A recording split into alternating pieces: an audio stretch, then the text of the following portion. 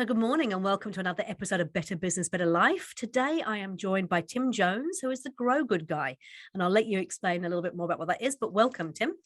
Hello, thank you for having me. Oh, absolute pleasure. Hey, look, Tim and I got introduced via a friend, as is always the case in little old New Zealand, and really enjoyed hearing his story. So I invited him onto the podcast to talk a little bit about that. But before we do that, Tim, would you just mind sharing with us a professional and a personal best in your life so far? Wow, professional best would probably be having my company become a B Corp pretty early on in the piece, which I guess we'll talk about a bit more later on. Yeah. Personal best, I think it's probably being a hopefully slightly better than average dad to my 9-year-old daughter. I think that's what I'm aiming to try and be the best. But hey, we all have our moments, and there isn't a rule book. We are human indeed, and there is absolutely no rule book. I'm sure you're doing a fine job. Excellent. So B Corp, this is why we actually kind of got talking, because we got introduced and you were I didn't really understand. I'd heard of it, but didn't understand what it really meant. So I wonder if that might be a good place to start. What is a B Corp? That is a great question. So a certified B Corporation is generally, a for-profit business, because there are some exceptions, but in general, it's for-profit businesses that have been independently verified to be operating at the highest levels of transparency and accountability of their social environmental footprint. Okay. So it's kind of CSR on steroids, or corporate social responsibility on steroids.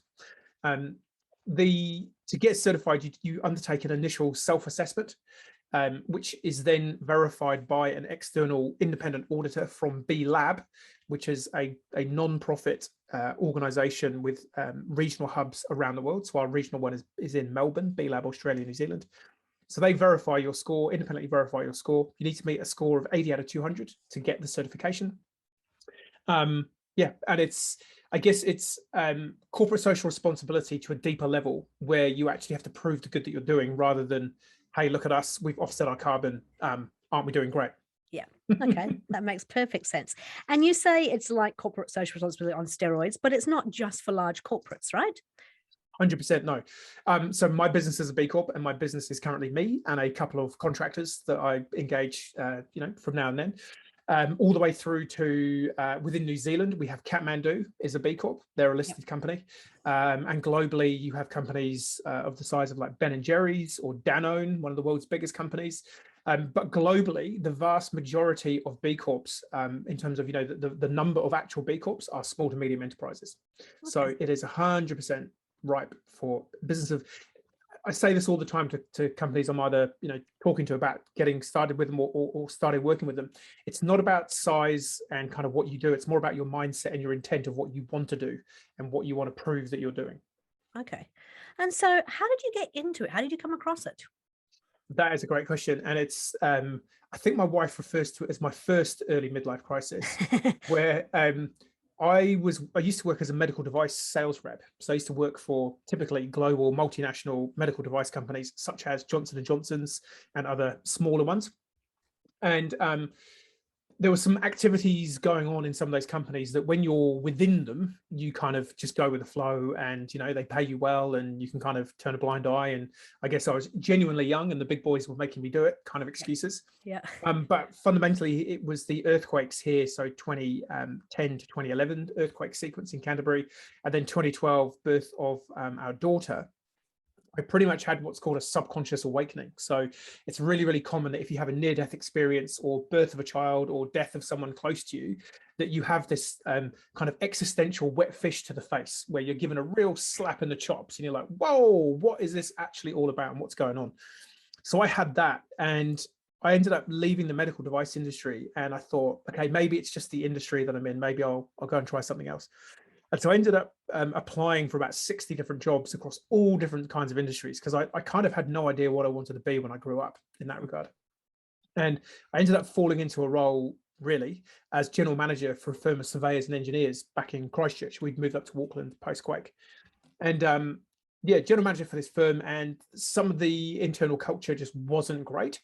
And so I kind of started Googling, is there some kind of HR program course that I can send a couple of people on, and we could maybe sort of find some program that we could look at that would, bring the culture up. And on that journey, I stumbled across this thing called B Corp certification. And I was like, okay, this is pretty cool. It's kind of looking at your business beyond not just your environmental footprint, but how you treat your staff and some other metrics, which we can sort of unpack a bit more in a minute. Yeah. And I thought, oh, wow, this looks really cool. I wonder if there's one in New Zealand. And I had a quick look. I was like, damn it, there is one in New Zealand. I was like, I wonder if there's one in Christchurch. Hopefully there won't be one in Christchurch. I was like, damn it, there is one in Christchurch. So I emailed the CEO, Steve Arder, who's now actually based in Tahoe, California. I said, hey, just stumbled across this B Corp stuff. I see that you are one. Like, can I come and have a chat? And so I booked in a 45-minute meeting with him at their head office, which used to be in Heathcote, just outside of Christchurch. And I left there maybe 2.5, 3 hours later, just with my mind like completely expanded. That, you know, that there was a group of companies, and back in this would have been 2013. You know, that there was a group of companies globally that were aiming to be the best for the world, not the best in the world. And that was the thing I was looking for.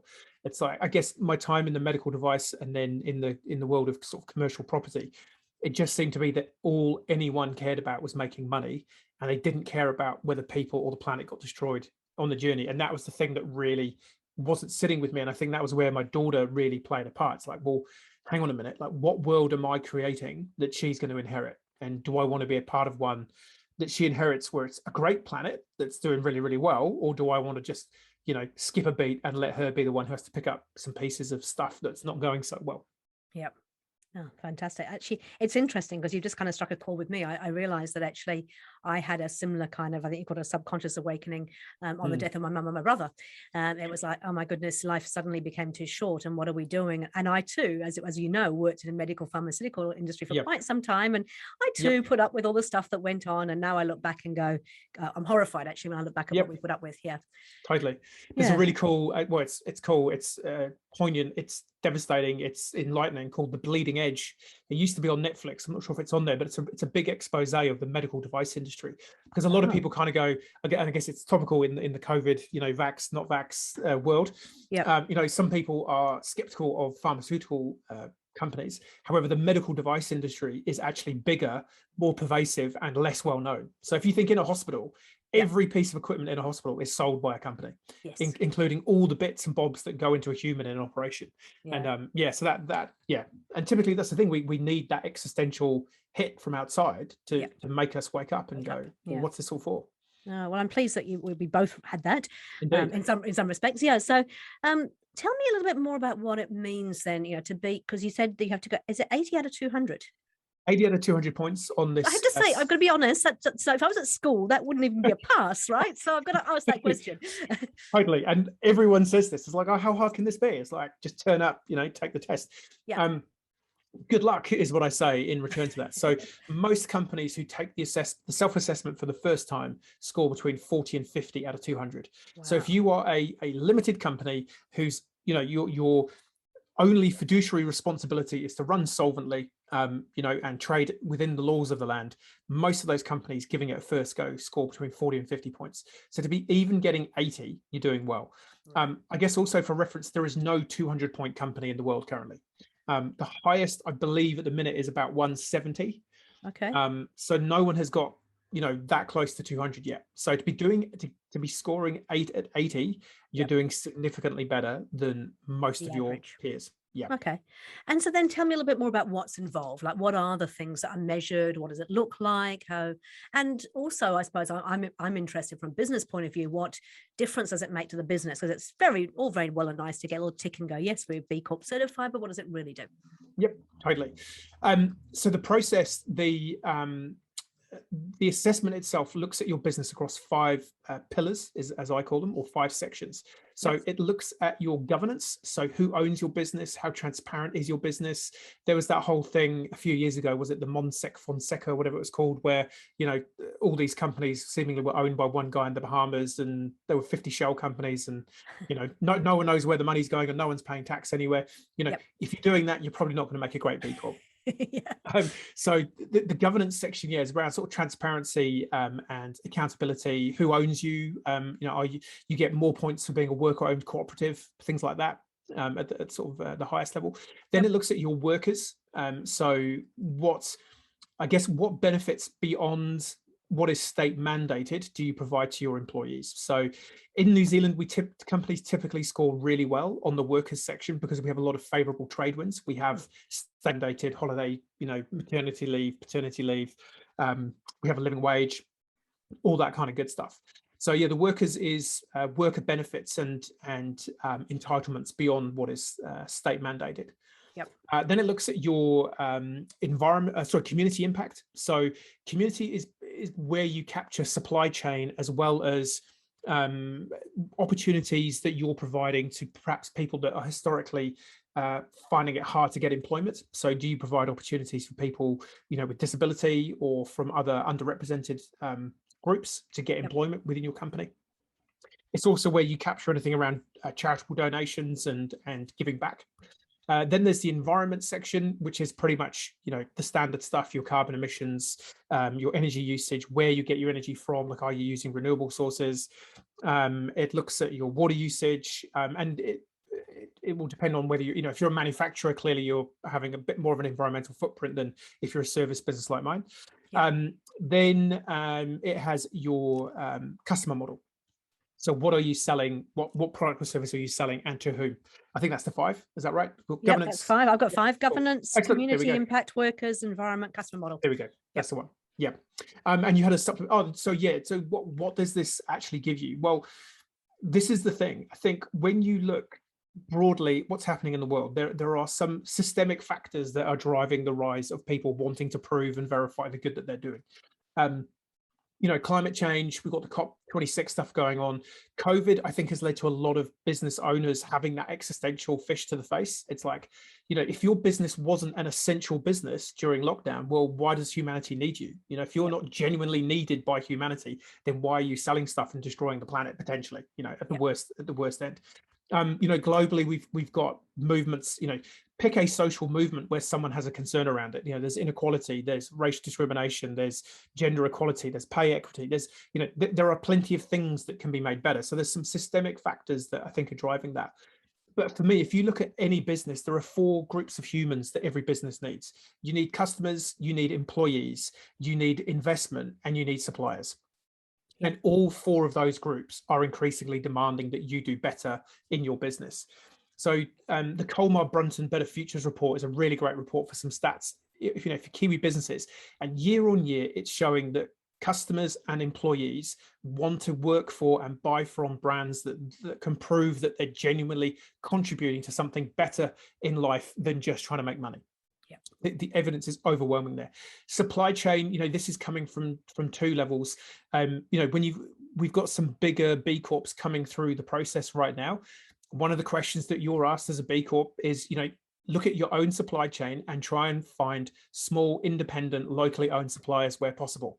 So there is going to be becoming, I think, an increasing tail wagging of dog, where there is a large company in the middle who will want to start finding smaller independent suppliers locally that they can plug into. But the big one for me really is sort of the investment side. And when the money people get B Corp, then you kind of know it's a real thing. This isn't just, hug a tree, let's all, sing kumbaya and have a great time and try and save the planet. There is some economic reality to it. So in May this year, ANZ Bank created the first of this sort of lending vehicle of its kind in New Zealand, really at scale, where they created what's called an ESG backed loan, so environment, social governance backed loan for Kathmandu of 100 million Australian dollars. And that is basically indexed on Kathmandu maintaining and increasing their B Corp certification score. Wow. So I used to give examples of this of Danone in Europe. This is now big companies in New Zealand. And I get the impression that the team at ANZ and other, Kiwi Bank is now a B Corp, Co-op Bank is a B Corp. I don't think we're far away from us seeing, financing and investment vehicles where, as part of the deal, you need to be proving that you're doing more good as a business. And ANZ have basically saying, B Corp was the framework that they chose because it just gave legitimacy. It's independently verified and it's globally recognized. Yeah. So like I said, it's not just kind of waving the flag saying, hey, we're corporately social responsible, but we've actually got something that backs it up. Yeah. Yeah. And I guess just a couple of other things to point to. There was a study done at the University of Ghent in Belgium a a couple of years back, or 2018, and they said, using a panel data set of financial data of European firms that obtained B Corp certification between 2012 and 2018, this paper empirically shows that B Corp certification positively impacts the turnover growth rates 1 year pre versus 1 year post certification. So there are compelling arguments, spiritually, metaphysically, just do the right thing. There are marketing and HR and recruitment arguments if you just kind of want to be a slightly better business and capture the goodwill. But actually, if all you care about is making more money, then you should be a B Corp. The bottom line too. So it's like there is no way out of this. You should just be a B Corp. So the Kathmandu example is a lovely example of, where that's obviously helped them with the bank stuff. I know that you actually work with companies to help them prepare for the B Corp certification. Can you give me an example of a company, you don't have to mention names, but a company that you've worked with and the differences you saw before you started working with them and once they completed? Totally. There's been some really good examples just recently where I think Kiwis in general, we're pretty humble. We don't always sort of recognize the good that we're actually doing, which is one part of it. And the second part of it is the assessment. If you've never done the assessment before, it can be quite tricky. Some people can just do it and they can breeze through it. But if you're time poor and you're constrained and you just want to get it done, it can, chew up a bit of time, which is why I've created that service. But what I typically find, like one great example, it's a company that they sort of have nutrition and cosmetics as their products. And there was a whole lot of stuff that they were doing that for them was just business as usual. But when I was unpicking it, I was going, do you know how phenomenal it is that you're doing what you're doing here? And they couldn't recognize it because it's like the fish in the water. It's like, well, what do you mean? We just do this. We swim. And and so there are some companies where they're doing a lot of good, and they've kind of lost sight of the good that they're doing and going through the assessment, and they have to kind of dredge this stuff up and bring it up and go, oh yeah, we do that. And you can just see all the team, like the pride and the engagement and the excitement in the team, having someone external coming going, like, genuinely, you are doing some amazing stuff here. Like, keep going, keep building on it. But equally, there's quite a few companies where they kind of go, well, we don't know what this question means. And I can sort of help unpack it. And they go, oh yeah, actually, we did do that. We had that training person come in and run that program, but didn't we help that company do this? And it's like, yes, that's exactly what this question is asking. And they're like, oh, okay, so we are doing this stuff. So yeah, it's kind of, that's typically the two that I work with. Okay.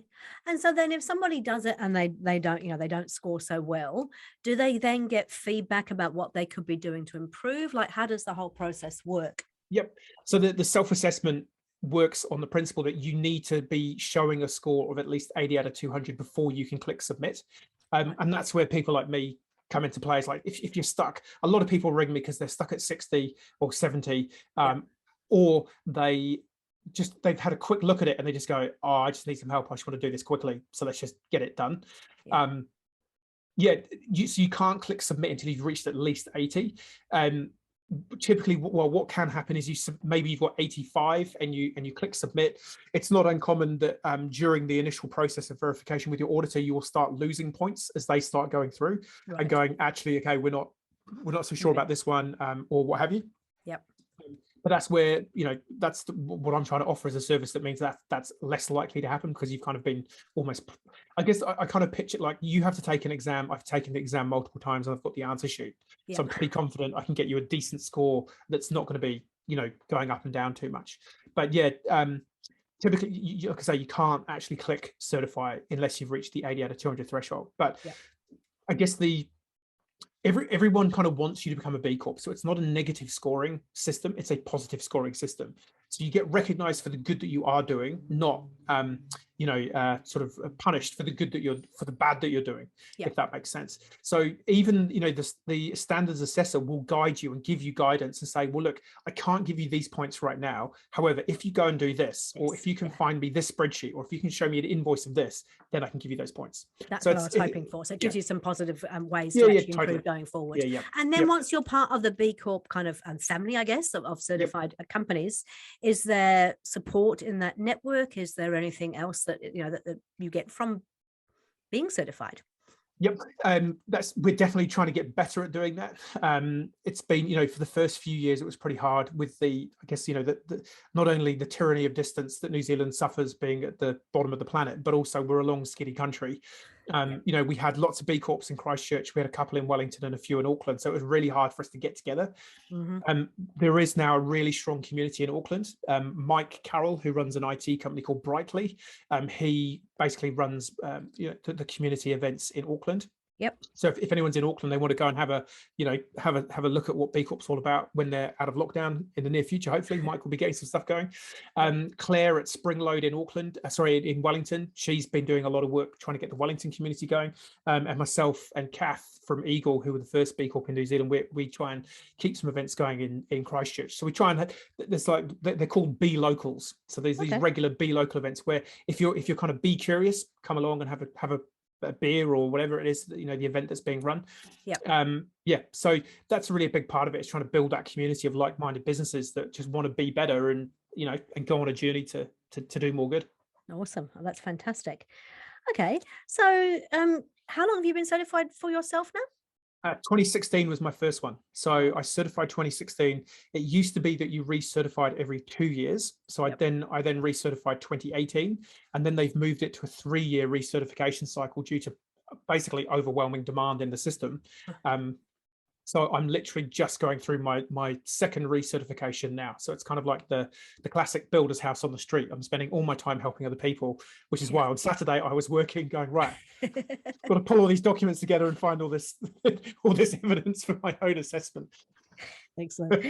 So if people are curious, you said obviously they can go to the local events, the B local events, but is there anything online they can actually check out as well? Yeah, totally. So bcorporation.com.au is the sort of B Corp regional hub.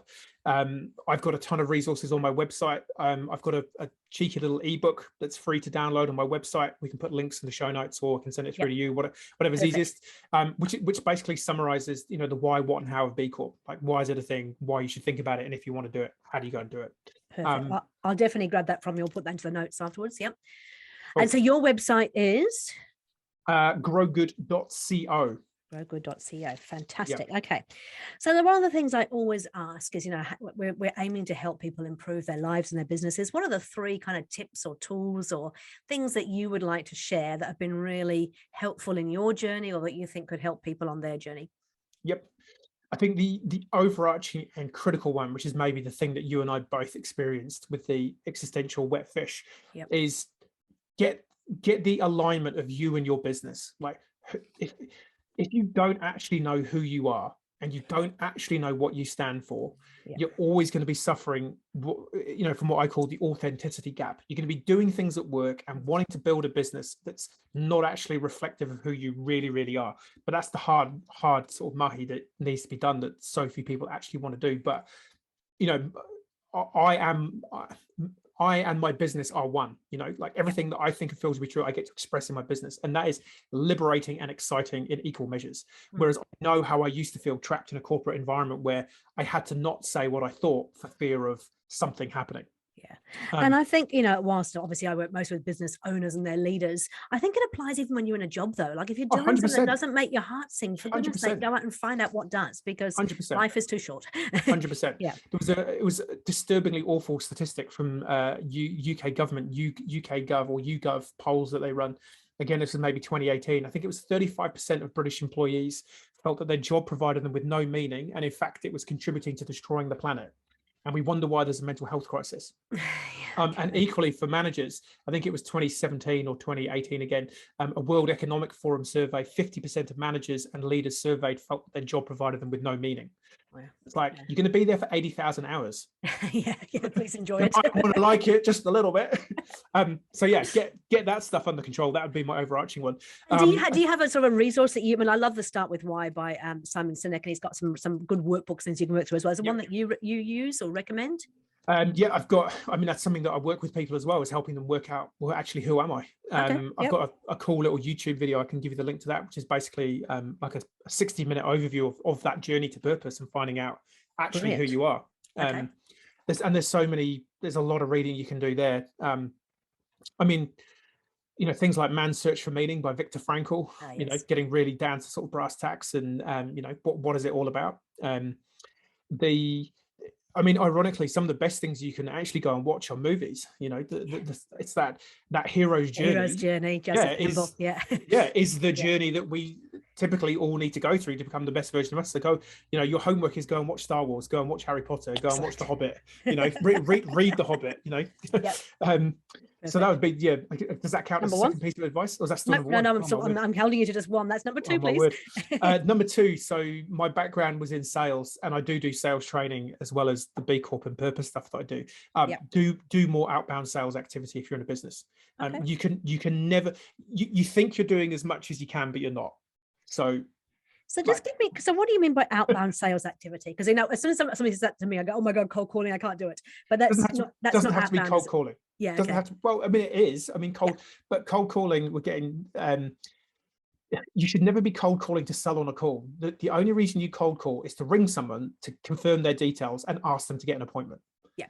Like, don't be selling to a straight. If they go, hey, well, who are you? What do you want? And you end up having a conversation with them, fantastic. Yeah. But the reason for a cold call is to basically ring the assistant, the PA, the EA, or whoever, to get the details, to send an email, to book an appointment. That's the only reason you should be cold calling. Yeah. But just as an example, I sent 500 emails out a month ago about a campaign I was initiating. From that, I got probably 30 to 40 replies. Yes, I want in. Yep. About a year ago, I did another campaign. I sent 1,000 messages via LinkedIn, got 100 replies, got 30 clients. Yeah. It's like, and it's funny, isn't it? Do more of it. Yeah. I think we get a bit nervous. It's like, oh, what happens if I send it and they don't want to come? Because I'm running an event at the moment. It's like, if I invite somebody, they don't want to come. And then somebody said to me, well, if they don't want to come, they can ignore it. It's like, totally. Oh, yeah. Okay. Totally. I was doing some coaching with a client late last year. And I said to, challenge for you, you need to go and send at least 10 outbound emails this week to potential clients. And checked back in a week later, she'd ummed and ahed. She'd spent 5 days procrastinating. Day 6, she sort of sent 5. Day 7, she sent 5. I said, how did it go? She said, yeah, I'm absolutely gutted. I said, oh, well, what happened? She said, well, I sent one email to a national company that I've been really wanting to do some work for, but I've just been hesitant in sending the email. They replied almost immediately. And the reply was basically, if you'd messaged me yesterday, I would have chewed your arm off. However, we found someone and we're all good. Oh, no. And it's like, that's the corollary to it, or the contrary to it. Yep. It's like, they might be sitting there going, oh my word, if only there was someone out there who could solve this problem. And that could be you. Perfect. I love it. Thank you for that. And the third and final? Oh, I don't know. This is tough. Tough. Gotta earn your keep. Yeah, I know. I think for me, it's just, I guess bring it back to the B Corp and the purpose stuff. It's like, just be better, aim to be the best for the world, not the best in the world. I think we have this weird dynamic, particularly in New Zealand, of the whole tall poppy syndrome, and not wanting to be the best. But it's like, I'm in some ways I'm kind of cool with that, because tall poppy just for the sake of tall poppy makes no sense. Like, who cares how big your business is or what's your revenue? A question I ask people in workshops quite often is, when we're talking about purpose versus money, it's like, cool, well, can you name the company that was listed number 3 on the NZX in March 2013? No, of course you can't, because no one cares. But you can remember a brand or a company that went out of its way to do something good, that was meaningful, that made a contribution.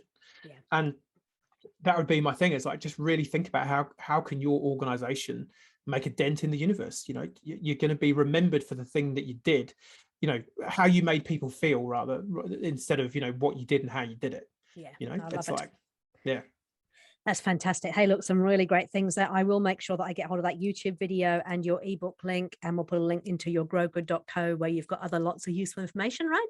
Yes, there's a whole free resources page you can have at it and download to your heart's content. Wonderful. Now, if people want to get in contact with you, Tim, how would they get hold of you? Just through the website. You can book an appointment to have a call with me, or genuinely, let's go old school. The easiest thing is to ring me. I email. I'm over it. Please, someone fix email. Do something. My phone number's on my website. It's 021-288-2363. Call me when you're stuck in traffic. If you've listened to the podcast, call me afterwards and we'll have a chat. That sounds fantastic. Hey, look, thank you so much for your time. That's been really, really informative for myself, and I'm sure for others as well. Love what you're doing. I'm going to go and have a look at it myself and see if we can sign up. So thank you. Excellent.